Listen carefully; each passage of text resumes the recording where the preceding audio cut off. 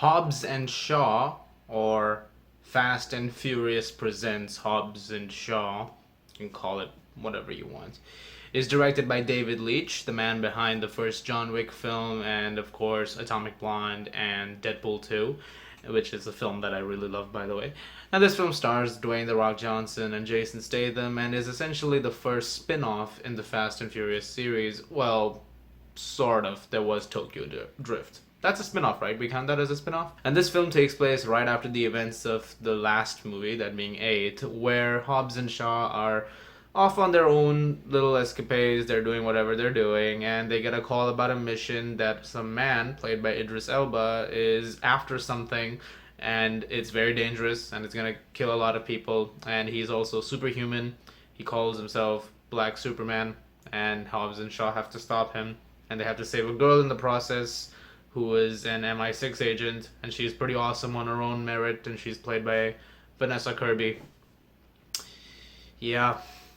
Look, when you go to a Fast and Furious film, you're not looking for plot details, you're not looking for in-depth analysis about themes about life or, traffic control. You're looking for a film that's dumb, stupid fun, and has sequences that defy all logic and physics. And if that's exactly what you're going into Hobbs and Shaw for, this is the best movie you've seen all year. Because that's exactly what this film is. There are moments in this film that defy every rule of humanity ever. There's a scene where The Rock jumps down a building, and it's in the trailer, by the way, and there are characters rappelling down it, but he just jumps straight down, and the following thing that happens in that scene, 200% nobody survives that, but he does. So, that's the kind of movie you're getting into.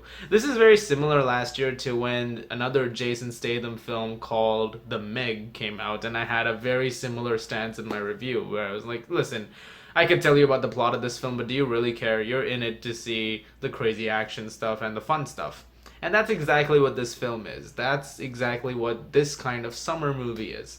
It's just a really entertaining film, and a lot of that is anchored by the chemistry between The Rock and Jason Statham. They're really funny, they're entertaining, there's a lot of great dialogue and banter between the two of them, and I would be astonished if none of it was improvised, because I'm pretty sure it was.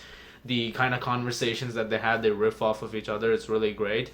And adding Vanessa Kirby to it was really great too. She added a really great dynamic to the group and was really entertaining as well. And like I said, she was pretty badass on her own merit, which is something I really liked. She was never a damsel in distress.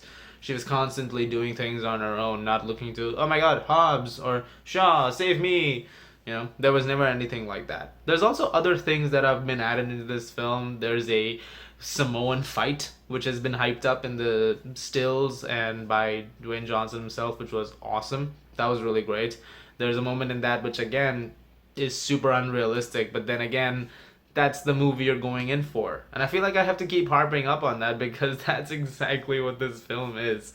It's just 2 hours and 15 minutes of nonstop what the hell is happening. And it's amazing. And I loved every single minute of it. If there's one thing that David Leitch got from Deadpool 2, Atomic Blonde, and John Wick, it's the action sequences, because they're really good in this film. They're really well shot, and the choreography is fantastic.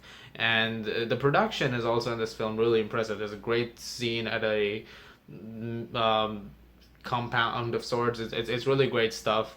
But I gotta say, a lot of the driving force of this film is the humor. It's just really entertaining and funny, and that's what's exciting about it. And I like the fact that this film at no point takes itself too seriously. Yes, there are stakes involved, but it never tries to go overboard with it. It tries to live in its realm of, yeah, this is what we're doing, and we're having a great time doing it. It's just fun as it is. There are plenty of issues. You can flaw the hell out of this movie. Yeah, Idris Elba is great, but he's not the best villain. He's definitely a bit cliched. He has a motivation that's very similar to another movie recently. You'll know which one it is. There's a few things which are extremely predictable about it. There's a certain thing in it which comes up, which a lot of people who I was watching it with had questions about, and later on I was talking to my friend about it, and I thought about that, and then it turned out to be exactly that. So that was a little, cliched, but that was something that I wanted. so I'm not too mad about it.